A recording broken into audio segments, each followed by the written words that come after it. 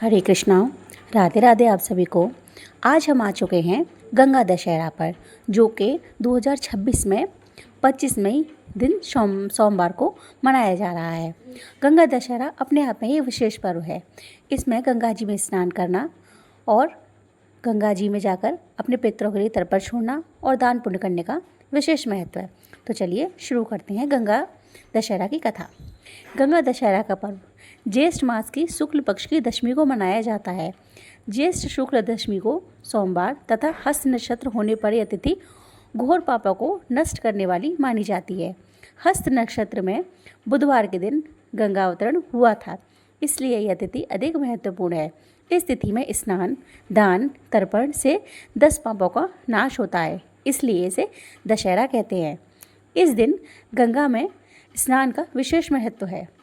गंगा स्नान से व्यक्ति के सारे पाप का नाश हो जाता है। यह जल वर्ष भर रखने पर भी सड़ता नहीं है। इसकी कथा। प्राचीन काल में अयोध्या में सगर नाम के राजा राज्य करते थे।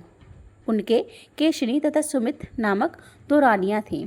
केशनी से अंशुमान नामक पुत्र तथा सुमिति से 60,000 पुत्र थे। एक बार राजा सगर ने अश्वमेध यज्ञ किया। यज्ञ की पूर्ति के लिए एक घोड़ा छोड़ा गया। इंद्र यज्ञ को भंग करने हेतु घोड़े को चुराकर कपिल मनु के आश्रम में बांध गए। राजा ने यज्ञ के घोड़े को खोजने के लिए अपने 60,000 पुत्रों को भेजा। घोड़ों को खोजते खोजते वे कपिल मुनि के आश्रम में पहुँचे तो उन्होंने यज्ञ के घोड़े को वहाँ बंधा देखा। उस समय कपिल मुनि तपस्या कर रहे थे। राजा के पुत्रों ने कपिल मुनि के चोर चोर कहकर पुकारना शुरू कर दिया। कपिल मुनि की समाधि टूट गई तथा राजा के सारे पुत्र कपिल मुनि की क्रोध से जलकर भस्म हो गए।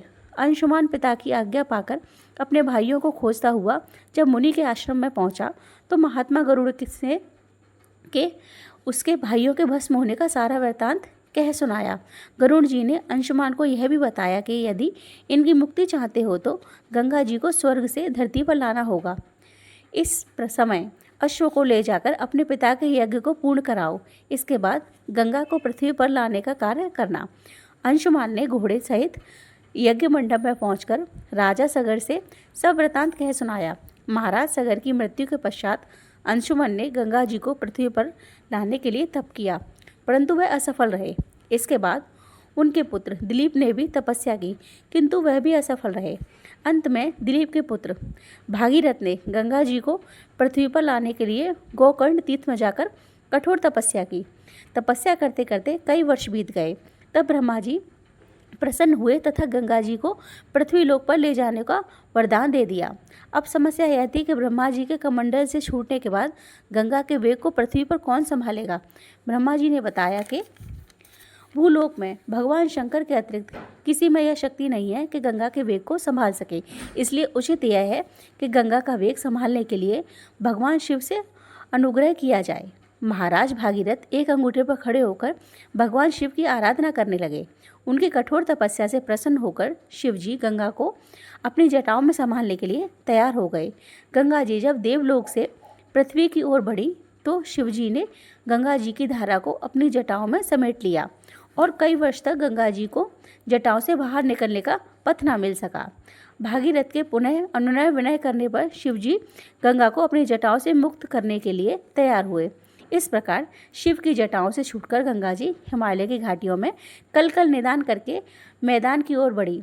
जिस रास्ते से गंगा जी जा रही थी उसी मार्ग में ऋषि जन्नू का आश्रम था। तपस्या में विघ्न समझकर वे गंगा जी को पी गए। भागीरथ के प्रार्थना करने पर वह उन्हें जांग से निकाल दिया। तभी से गंगा जहूपुत्री या जाह्नवी कहलाई।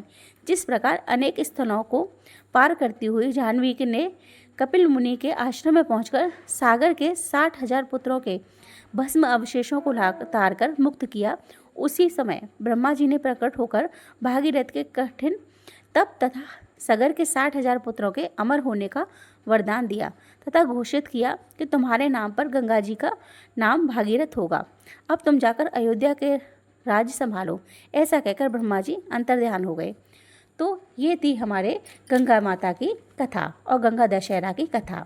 इस दिन हमको गंगा नदी में स्नान अवश्य करना चाहिए, और अगर हम किसी कारणवश गंगा नदी में नहीं जा पा रहे हैं तो अपने घर के जल में ही गंगा जल मिलाकर स्नान करना चाहिए। और इसी तरीके की मेरी वीडियोस अच्छी लगती हों, मेरे चैनल को लाइक और सब्सक्राइब करिए। और अधिक मास में गंगा दशहरा पढ़ने से इसका महत्व 10 गुना ज़्यादा बढ़ जाता है। और अधिक मास की और भी वीडियोस मेरे चैनल पर पड़ी हुई हैं, तो विज़िट करिए। राधे राधे।